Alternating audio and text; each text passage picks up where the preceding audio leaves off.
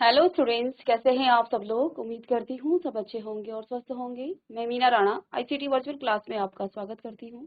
Students, हम पढ़ रहे हैं क्लास 7 की हिंदी बसंत पाठ्य पुस्तिका भाग 2 से पहला जो कविता है आपकी, उसको हम पढ़ रहे थे। हम पंछी उन्मुक्त गगन के, शिव मंगल सिंह सुमन जी ने लिखा है। और इसके भावार्थ और साथ में कुछ कठिन शब्द हमने प्रीवियस लेक्चर में पढ़ा। आज हम इसको रिवाइज करेंगे क्योंकि कुछ पंक्तियां छूट गई थी। साथ में इसके प्रश्न उत्तर और इसके सारांश को भी हम आज की क्लास में करेंगे।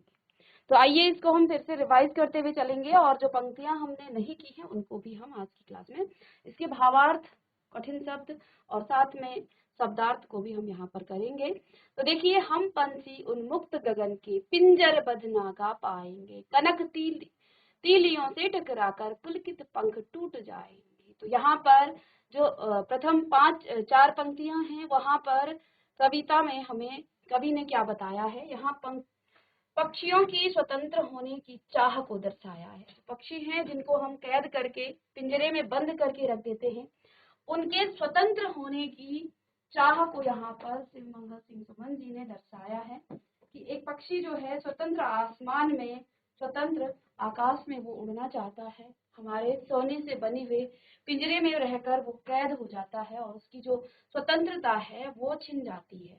ठीक है। अब यहाँ पर प्रथम चार पंक्तियों में हमें यही बताया है। पहली पंक्तियों में पक्षी मनुष्य से कहते हैं कि हम खुले आकाश में उड़ने वाले प्राणी हैं। ठीक है। और हम पिंजरे में बंद होकर खुशी के गीत नहीं गा सकते हैं। आप हमें पिंजरे में बंद करेंगे तो हम कभी भी खुश नहीं रह सकते हैं। आप भले ही हमें सोने के बने पिंजरे में रखो, मगर उसकी सलाखों से टकराकर हमारे कोमल जो पंख हैं वो टूट जाएंगे। ठीक है। तो यहाँ पर हमें ये बताया है, पक्षी जो है मनुष्यों से, उन मनुष्यों से कह रही है, वो कह रहे हैं कि तुम हमें जो है जिस प्रकार से पिंजरों में बंद करके रखते हो, हम वहां जो है स्वतंत्र नहीं हैं, क्योंकि हम आकाश में स्वतंत्र रहने वाले प्राणी हैं। आप हमें जो है पिंजरे में बंद करोगे तो वहां पर हम खुशी के गीत नहीं गा पाएंगे। साथ में पक्षियों ने हमसे क्या कहा है, आप भले ही हमें सोने से बने हुए पिंजरों में रखोगे, मगर उसकी सलाखों से टकराकर, यानी कि उसका व्यवहार ही उड़ना है। वो उड़ने की कोशिश करेगा उस पिंजरे से, तो वो टकरा करके उसके जो कोमल कोमल पंख हैं वो टूट जाएंगे। ठीक है। तो यहाँ पर देखिए क्या कहा है कि हम पंछी उन्मुक्त गगन के पिंजर बंद ना गा पाएंगे, कनक तीलियों से टकराकर पुलकित पंख टूट जाएंगे। हम जो पक्षी हैं, हम जो हैं स्वतंत्र आसमान में क्या हैं, उड़ने वाले प्राणी हैं। हम पिंजरे में बंद करके जो है जो स्वतंत्रता के गीत या खुशी के गीत नहीं गा पाएंगे। कनक तीलियों से टकराकर, कनक यानी कि सोना, आप सोने का पिंजरा बना दीजिए, उन सोने के पिंजरों से आप जो है वो खुश नहीं रह पाएंगे, और जब वो उड़ने की कोशिश करेंगे तो उन पक्षियों के कोमल पंख जो है टूट जाएंगे। ठीक है। अब दूसरी पंक्ति में यहाँ पर, हम बहता जल पीने वाले मर जाएंगे भूखे प्यासे, कहीं भली है कटुक निबोरी, कनक कटोरी की मैदा से। कुछ कठिन शब्द भी लिखाए थे। कटुक का मतलब यहाँ कड़वी है, निबोरी यानी कि नीम का फल, उसे निबोरी कहा जाता है। कनक कटोरी यानी कि सोने से बना हुआ जो बर्तन होता है उसे कनक कटोरी कहा जाता है। अब दूसरी यहाँ पर जो आपके पास चार पंक्तियां हैं उसमें क्या कहते हैं, आगे पक्षी कह रहे हैं कि हम बहते झरनों और नदियों का जल पीने वाले हैं। ठीक है। पिंजरे में रहकर हमें कुछ भी खाना पीना अच्छा नहीं लगता है, क्योंकि जो स्वतंत्र रहना चाहता है उसे आप बंद कर दोगे, उसे आप कैद कर दोगे, तो वो जो है किस प्रकार से उस कैद खाने में खा पाएगा। चाहे आप हमें सोने की कटोरी में स्वादिष्ट पकवान ला कर दो, तब भी अपने घोंसले वाले जो नीम की जो निबोरी है वो ज्यादा उनको पसंद आएगी। पिंजरे में हम कुछ भी नहीं खाएंगे और भूखे प्यासे मर जाएंगे। ठीक है। चलिए, इसके बाद नेक्स्ट जो पंक्तियां थी, स्वर्ण श्रृंखला के बंधन में अपनी गति उड़ान सब भूले, बस सपनों में देख रहे हैं तरु की फुनगी पर के झूले। अब यहाँ कुछ कठिन शब्द आपको लिखाए थे। स्वर्ण यानी कि सोना, श्रृंखला होती है जंजीरें, तरु यानी पेड़, और फुनगी होता है पेड़ का सबसे ऊपरी भाग। ठीक है। तो जिन्होंने ये कठिन शब्द नहीं लिखे हैं वो आप इन्हें लिख लीजिएगा। स्वर्ण यानी कि सोना, श्रृंखला यानी कि जंजीरें, तरु होता है आपका वृक्ष या पेड़, फुनगी यानी कि वृक्ष का जो सबसे ऊपरी भाग होता है उसको फुनगी कहा गया है। अब देखिए यहाँ पर शिव मंगल सुमन जी हम पंछी उन्मुक्त गगन के कविता की इन पंक्तियों में पिंजरे में बंद पक्षियों का दुख दर्द यहाँ पर उन्होंने इन पंक्तियों में दिखाया है कि जब आप उनको कैद कर देते हैं तो उनका क्या दुख होता है उन पक्षियों का। पिंजरे में बंद रहते रहते बेचारे पक्षी अपनी उड़ान की सब कलाएं और तेज उड़ना भूल चुके हैं। जब आप किसी पक्षी को क्या कर दोगे, पिंजरे में बंद कर दोगे, तो वो जो कलाएं जानता था उड़ने की और तेज उड़ना जो वो जानता था, धीरे धीरे वो भूल जाएगा। ठीक है, तो पक्षी क्या कह रहे हैं कि हम जो है, तुम लोगों ने हमें क्या कर दिया है, कैद कर दिया है, अब हम वो सब कलाएं भूल चुके हैं।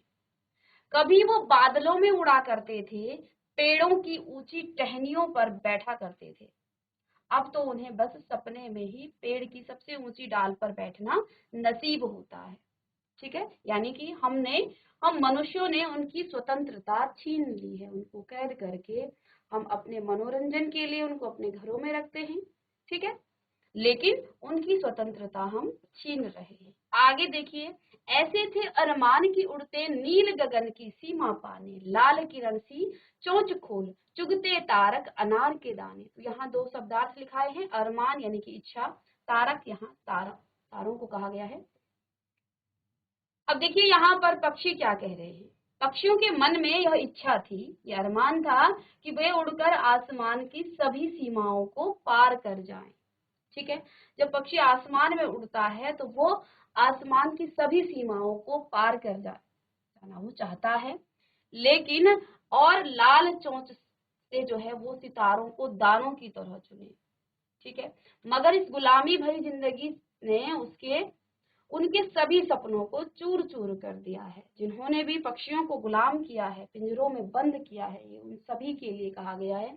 ठीक है, तो जब आप उन्हें क्या कर देते हो, पिंजरों में बंद करके अपने घरों में उन्हें मनोरंजन का साधन बना देते हो, तो उनकी जो जिंदगी है वो क्या हो जाती है, उनके जो सपने हैं वो चूर चूर हो जाते हैं। तो ये उन पक्षियों का दुख है जिनको घरों में कैद करके रखा जाता है, पिंजरों में बंद करके रखा जाता है। तो वो पक्षियों का यहाँ पर दुख दर्द कवि ने हमें बताया है कि उनका क्या दुख है, कि वो क्या, उनकी क्या अरमान है, उनकी क्या इच्छाएं होती हैं उन पक्षियों की, कि वो आसमान की सभी सीमाओं को पार कर जाना चाहते हैं और अपनी लाल चोंच से सितारों को दानों की तरह वो चुनना चाहते हैं। लेकिन इस गुलामी भरी जिंदगी यानी कि हम लोगों ने जो उन्हें गुलाम कर दिया है, उनके सारे सपने चूर चूर कर दिए। ठीक है, अब तो पिंजरे में कैद होकर रह गए हैं और बिल्कुल भी खुश नहीं है। ठीक है, हम कई प्रकार के दाने उनको देते हैं, लेकिन उनके लिए स्वतंत्रता ही उनकी सबसे बड़ी खुशी है। ठीक है, तो किसी भी पक्षी को हम कैद करके उसे खुश नहीं रख सकते हैं। ठीक है, तो यहाँ पर इन पंक्तियों में पक्षियों का दुख दर्द यहाँ पर जताया होता सीमाहीन क्षितिज से इन पंखों की होड़ा होड़ी, या तो क्षितिज मिलन बन जाता, या तंती सांसों की डोरी। अब यहाँ पर आगे देखिए, सीमाहीन यानी कि असीमित, जिसकी कोई सीमा ना हो, क्षितिज जहाँ धरती और आसमान परस्पर मिलते हुए प्रतीत होते हों। होड़ा होड़ी क्या होता है, आगे बढ़ने की जो प्रतियोगिता होती है, आपने कई बार देखा होगा भीड़ में होड़ा होड़ी होती है, यानी कि एक दूसरे पर धक्का मुक्का लोग करते हैं। तो वो जो है क्या रहती है कि कोई कहता मैं आगे जाऊं, दूसरा कहता है मैं आगे जाऊं, तो ये आगे बढ़ने की प्रतियोगिता है। तो कवि शिव मंगल सिंह सुमन जी ने हम पंछी उन्मुक्त गगन की कविता की आखिरी पंक्तियों में क्या कहा है, पक्षियों की स्वतंत्र होकर उड़ने की इच्छा का बड़ा ही मार्मिक वर्णन किया है। इन पंक्तियों में पक्षी कहते हैं कि अगर हम आजाद होते तो उड़कर इस आसमान की सीमा को ढूंढने निकलते।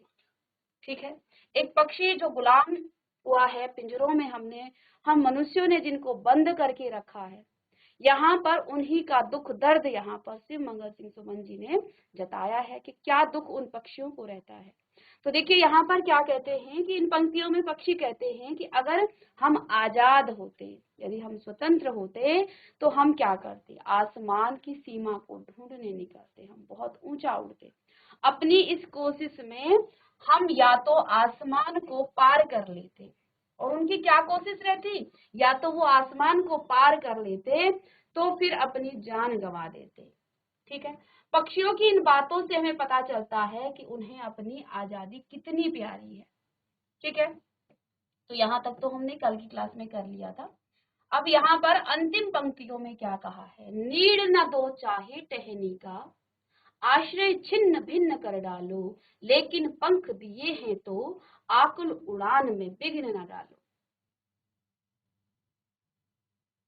तो अब यहाँ पर आप फिर से क्या लिखेंगे, नीड ना दो लिख करके फिर आपने डॉट डॉट करके विघ्न ना डालो, इस प्रकार से लिखना है।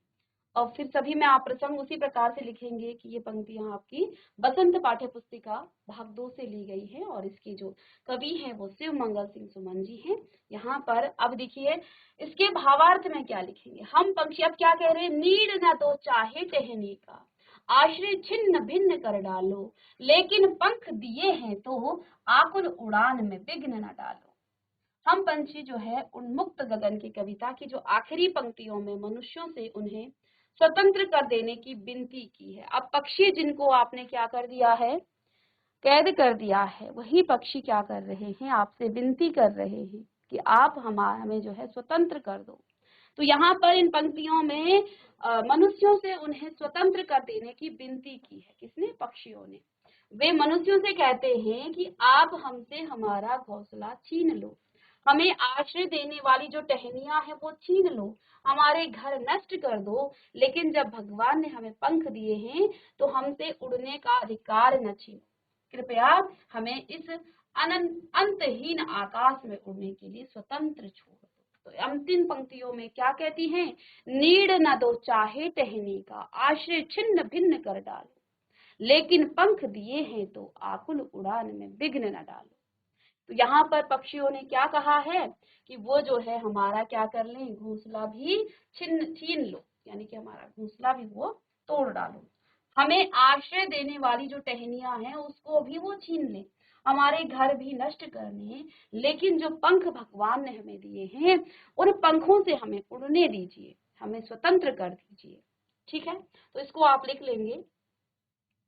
चलिए इसको लिखें, ये आपने कल की क्लास में नहीं किया था, आज इसे लिखेंगे, नीड न दो चाहे टहनी का, आश्रय छिन्न भिन्न कर डालो, लेकिन पंख दिए हैं तो आकुल उड़ान में विघ्न न डालो। और साथ में इसका भावार्थ भी आप लिखेंगे।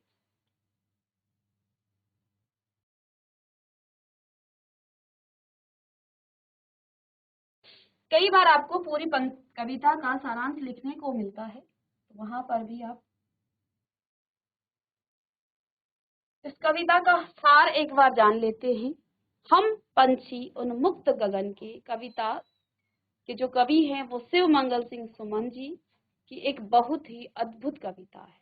किस प्रकार की अद्भुत कविता है, इस कविता में कवि हमें पक्षियों के माध्यम से, मनुष्य जीवन से, देखिए पक्षी तो नहीं कह रहे हैं लेकिन पक्षियों के जो भाव हैं, उनका जो दुख है, वो दर्द है, कवि हमें जो है बता रहे हैं कि एक पक्षी जो स्वतंत्र प्राणी है, जिसको स्वतंत्र आसमान में उड़ना पसंद है, उसको जब हम कैद कर देते हैं तो उसके लिए सबसे बड़ा दुख क्या है, वो जो है कब दुखी है, आप उसके लिए बहुत सारे साधनों की जो है जुटा करके उसको दाना पानी सब कुछ दे रहे हैं, तो क्या वो खुश है।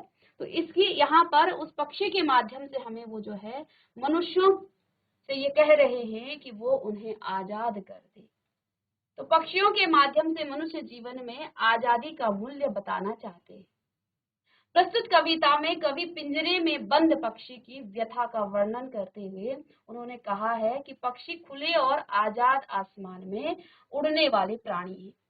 पिंजरे के अंदर बंद होकर ना तो वे खुशी के गाना से गाना गा पाएंगे और ना ही खाना और पानी पी पाएंगे। आजाद होने की चाह में जब वे अपने नरम पंख क्या करते हैं, फड़फड़ाएंगे, तो पिंजरे की सोने की जो सलाखों से टकराकर उसके जो पंख हैं वो टूट जाएंगे और पक्षियों को बहता हुआ पानी अर्थात नदियों और झरनों का जो पानी है वो पीना पसंद है। उसके लिए पिंजरे में सोने की जो कटोरी में रखा हुआ पानी और मैदा को खाने से अच्छा वे भूखे प्यासे मर जाएं, क्योंकि उन्हें उस सोने की कटोरी में रखा हुआ पानी और मैदा से कहीं अच्छा जो है नीम का कड़वा फल लगता है, क्योंकि उसे आजादी के साथ खा सकते हैं। इसे जो नीम का कड़वा फल है उसको वो आजादी से खा सकते हैं। ठीक है। सोने की जंजीरों से बने पिंजरे में बंद कर दिए जाने के कारण पक्षी अपनी उड़ने की जो कला है और रफ्तार है वो सब भूल गए हैं। अब तो वे केवल सपनों में ही पेड़ों की ऊंची डालियों में झूला झूल सकते हैं। यानी कि अब उनके लिए वो जो उनकी स्वतंत्रता वो बस एक सपना मात्र ही रह गया है। इस पिंजरे में कैद होने से पहले पक्षी की जो इच्छा थी कि वह नीले आसमान की सीमा तक उड़ते चला जाए। वह अपनी सूरज की किरणों के जैसी लाल चोंच को जो है खोल कर तारों के समान अनार के दानों को चुग ले। यह सब पक्षी की मात्र कल्पना है, क्योंकि वह पिंजरे में जो है बंधन में कैद है। आपने उसे कैद कर दिया है। कविता में पक्षी अपने मन की बात को हम तक पहुंचाने का प्रयास कर रहा है। वो कहता है कि अगर वह आजाद होता तो क्षितिज को पार करने के लिए अपने प्राणों को त्याग करने पे भी वो पीछे नहीं हटता। प्रस्तुत कविता में पक्षी उसे पिंजरे में कैद करने वाले व्यक्ति से प्रार्थना करता हुआ कहता है कि भले ही वह पक्षी को पेड़ पर टहनियों के घोंसले में न रहने दे और चाहे उसके रहने के स्थान को भी वो नष्ट कर दे, परंतु जब भगवान ने उसे पंख दिए हैं तो उसकी उड़ने में रुकावट ना डाले। तो यहाँ पक्षियों ने क्या कहा है कि हम ना तो तुम्हारे पिंजरे में खुश हैं, ना ही तुम्हारा दिया हुआ भोजन उनको पसंद है, ना ही आप उसे जो दाना पानी देते हो, जो सोने का पिंजरा है, वो उसे बिल्कुल भी पसंद नहीं है। उसे तो बस स्वतंत्र आसमान में उड़ना है।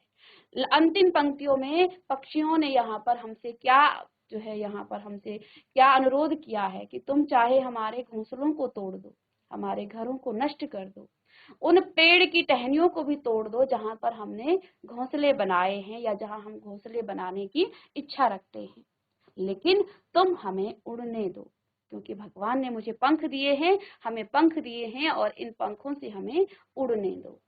ठीक है। तो ये था इस कविता का सारांश। ठीक है। अब यहाँ पर कुछ प्रश्न उत्तर हम यहाँ पर करेंगे। संपूर्ण कविता का आशय यह है कि पक्षी को गुलामी में मिलने वाली सुख सुविधाएं और देखभाल से कई अच्छी कठिन आजादी लग रही है। तो इस कविता का जो एक संपूर्ण आशय है, ये क्या कहना चाहते हैं यहाँ कवि हमें, कि किसी भी पक्षी को आप पिंजरे में बंद करके उसको तमाम सुख सुविधाएं दे दो, उसकी देखभाल से जो है आप अपनी तरफ से पूरी कोशिश करते हैं कि पक्षी के लिए उसका दाना पानी, उसके लिए हर चीज की व्यवस्था करते हैं, लेकिन उस पक्षी के लिए वो गुलामी है। कहते हैं कि पक्षी को गुलामी में मिलने वाली सुख सुविधाओं और देखभाल से कई अच्छी कठिन आजादी लग रही है, कि वो आजाद रहकर कठिन जिंदगी जी सकता है, लेकिन वो सुख सुविधाओं में रहकर इस गुलामी में जीना वो पसंद नहीं करता है। वह आजाद होकर बहता पानी पीना चाहता है, कड़वा नीम का वो फल खाना चाहता है, क्षितिज तक अपने साथियों संग प्रतिस्पर्धा करना चाहता है। इस कारण वह अंत में प्रार्थना कर रहा है कि यदि भगवान ने उसे उड़ने के लिए पंख दिए हैं तो उसे जो है खुले आसमान में उड़ने दिया जाए, उसको जो है उसकी आजादी न छीनी जाए। ठीक है। तो यहाँ पर ये इस कविता का सार हो जाता है। अब साथ में यहाँ पर कुछ प्रश्न उत्तर हम करेंगे इस कविता से। तो चलिए आप पहला प्रश्न लिखिएगा। हर तरह की सुख सुविधाएं पाकर भी पक्षी पिंजरे में बंद क्यों नहीं रहना चाहते? पहला प्रश्न है आपका, हर तरह की सुख सुविधाएं पाकर भी पक्षी पिंजरे में बंद क्यों नहीं रहना चाहता? ठीक है, क्यों नहीं रहना चाहते हैं?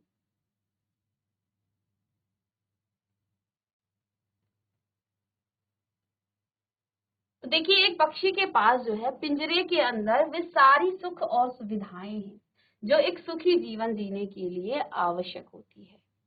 जो भी पक्षी को जो है कैद करता है तो वो इतना सामर्थ्यवान तो रहता ही है, और ना भी हो तो वो पक्षी के लिए हर तरह की जो है साधन जुटाकर वहां पर उसको वो सुख सुविधाएं देता है।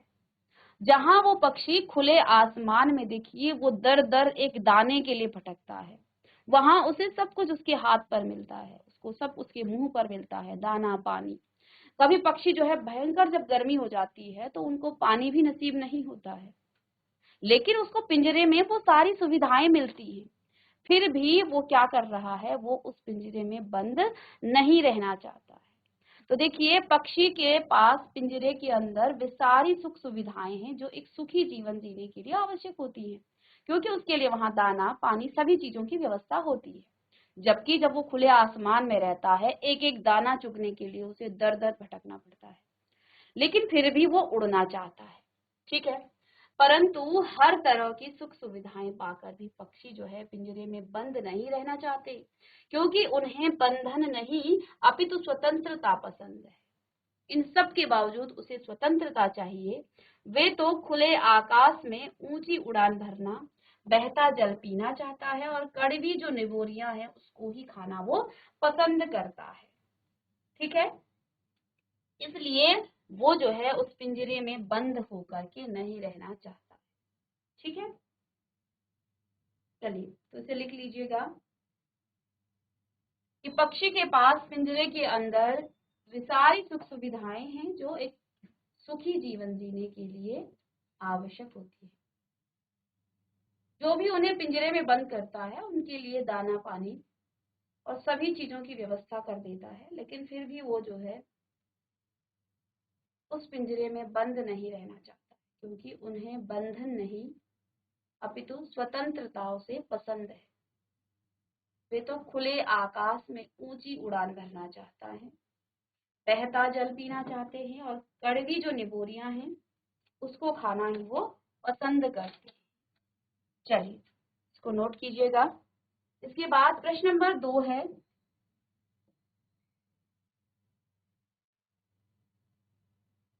पक्षी उन्मुक्त रहकर अपनी कौन कौन सी इच्छाएं पूरी करना चाहते हैं। पक्षी उन्मुक्त होकर अपनी कौन कौन सी इच्छाएं पूरी करना चाहते हैं। तो देखिए पक्षी उन्मुक्त होकर वनों की जो कड़वी निबोरियां हैं उसको खाना चाहता है। वे पक्षी खुले और विस्तृत आकाश में, स्वतंत्र आकाश में वो उड़ना चाहते हैं। नदियों का जो शीतल जल है उसको वो पीना चाहते हैं। साथ में पेड़ की जो सबसे ऊंची टहनी पर वो झूलना चाहता है और क्षितिज से मिलन करने की इच्छाओं को पूरी करना चाहता है। इस प्रश्न का उत्तर लिखेंगे कि पक्षी उन्मुक्त होकर वनों की कड़वी निबोरियां खाना चाहता है, साथ में खुले और विस्तृत आकाश में उड़ना वो चाहता है, नदियों का शीतल जल पीना चाहता है, पेड़ की सबसे ऊंची टहनी पर झूलना और क्षितिज से मिलन करने की इच्छाओं को वो पूरी करना चाहता है।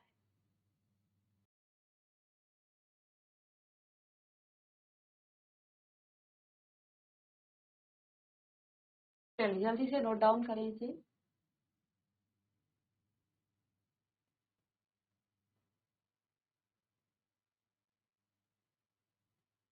प्रश्न नंबर 3 है, इसके बाद आपको भाव स्पष्ट करना है। भाव स्पष्ट कीजिए। प्रश्न नंबर 3, भाव स्पष्ट कीजिए।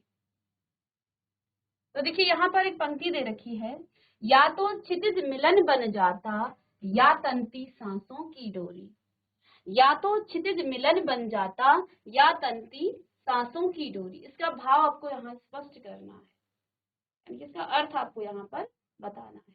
तो लिख लीजिएगा इसे, या तो क्षितिज मिलन बन जाता या तंती सांसों की डोरी। तो सबसे पहले जैसे कि यहाँ पर क्षितिज आया है, तो क्षितिज का अर्थ आपको लिखाया था शब्दार्थ में, जहां धरती आकाश मिलते हैं और पक्षी क्षितिज के अंत तक जाने की लालसा रखते हैं। ठीक है। तो अब यहाँ देखिए क्षितिज का अर्थ है जहां धरती और आकाश मिलते हैं, और पक्षी क्षितिज के अंत तक जाने की लालसा रखते हैं, फिर चाहे उन्हें किसी भी स्थिति का सामना करना पड़े। वे चाहते हैं या तो आज वह क्षितिज का अंतिम छोर ही प्राप्त कर लें, अन्यथा अपने प्राणों को न्यौछावर कर ले। ठीक है, या तनती सांसों की डोरी। तो पक्षी जब उड़ता है तो वो क्या चाहता है कि वो इस क्षितिज का अंतिम छोर प्राप्त कर ले, यानी कि इतनी ऊंचाई तक वो क्या करता है, उड़ना चाहता है। और अगर उसे वो अंतिम ऊंचाई नहीं मिली, अन्यथा वो क्या करेगा, अपने प्राणों को ही न्यौछावर कर देगा। उस सीमा को ढूंढने में, उस अंतिम छोर को ढूंढने के प्रयास में वो अपने प्राणों को भी क्या कर देगा, न्यौछावर कर देगा। तो यहाँ पर या तो क्षितिज मिलन बन जाता या तनती सांसों की डोरी। इसका अर्थ है, क्षितिज का अर्थ होता है जहाँ धरती आकाश मिलते हैं, और पक्षी क्षितिज के अंत तक जाने की लालसा रखते हैं, फिर चाहे उन्हें किसी भी स्थिति का सामना करना पड़े। वो चाहते या तो आज वह क्षितिज का अंतिम छोर ही प्राप्त कर दे, यानी कि वो आसमान की सीमाओं तक वो पहुंच जाए। ठीक है, नहीं तो वो अपने प्राणों को भी क्या कर देंगे, न्यौछावर कर देंगे। चलिए इसको आप नोट डाउन करें। और इसके बाद नेक्स्ट प्रश्न है प्रश्न नंबर 4। बहुत से लोग क्या करते हैं, पक्षी पालते हैं। पक्षियों को पालना उचित है अथवा नहीं, अपना विचार आपको यहाँ पर लिखना है। आपने देखा होगा कईयों के घरों में पक्षी होते हैं, ठीक है, और तोता तो लोग शौक से पालते हैं। ठीक है, साथ में कुछ लोग खरगोश और कुछ लोग यहाँ पर और भी पक्षियों को पालते हैं। तो मेरे अनुसार पक्षियों को पालना बिल्कुल भी उचित नहीं है, क्योंकि ईश्वर ने उन्हें उड़ने के लिए पंख दिए हैं, तो हमें उन्हें बंधन में रखना सर्वथा अनुचित है। अपनी इच्छा से ऊंची उड़ान भरना, पेड़ों पर घोंसले बनाकर रहना, नदी झरनों का पानी पीना, फल फूल खाना ही उनकी जो स्वाभाविक पशु प्रवृत्ति है। आप किसी को भी कितना ही सुखी रखने का प्रयास करें, परंतु उसके जो स्वाभाविक परिवेश है उससे अलग करना अनुचित ही माना जाता है। ठीक है, तो पक्षियों को जो पालना वो अनुचित है, उन्हें स्वतंत्र आसमान में उड़ने देना चाहिए, उनको घरों में कैद करके नहीं रखना चाहिए। और अंतिम प्रश्न है, पक्षियों को पिंजरे में बंद करने से केवल उनकी आजादी का हनन नहीं होता, अपितु पर्यावरण भी प्रभावित होता है। इस विषय पर 10 पंक्तियों में अपने विचार लिखने हैं। इस प्रश्न को आप अपने स्वयं के विचार लिखिएगा और इसको कीजिएगा। तो देखिए, पक्षियों को पिंजरों में बंद करने से सबसे बड़ी जो समस्या है वो पर्यावरण में आहार श्रृंखला असंतुलित हो जाएगी।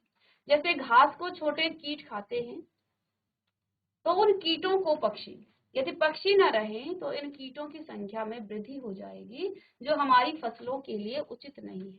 इस कारण पर्यावरण असंतुलित हो जाएगा। पक्षी जब फलों का सेवन करते हैं तब बीजों को वहां गिरा देते हैं, जिसके फलस्वरूप नए नए पौधे पनपते हैं। कुछ पक्षी हमारी जो फैलाई गंदगी को खाते हैं, जिससे पर्यावरण साफ भी रहता है। यदि वे पक्षी नहीं रहेंगे तो पर्यावरण दूषित भी हो जाएगा और मानव कई बीमारियों से ग्रस्त हो जाएगा। अतः जिस प्रकार पर्यावरण जरूरी है, उसी प्रकार पक्षी भी जरूरी है। और आप इसे अपने शब्दों में भी इस प्रश्न को कर सकते हैं। तो इस प्रकार से हमने इस कविता के भावार्थ, शब्दार्थ और साथ में इसके सारांश और प्रश्न उत्तर भी किए हैं। आप सभी बच्चे अपने नोटबुक में इसके प्रश्न उत्तर साथ में भावार्थ इसको कीजिएगा। मिलते हैं नेक्स्ट लेक्चर में, तब तक के लिए थैंक यू।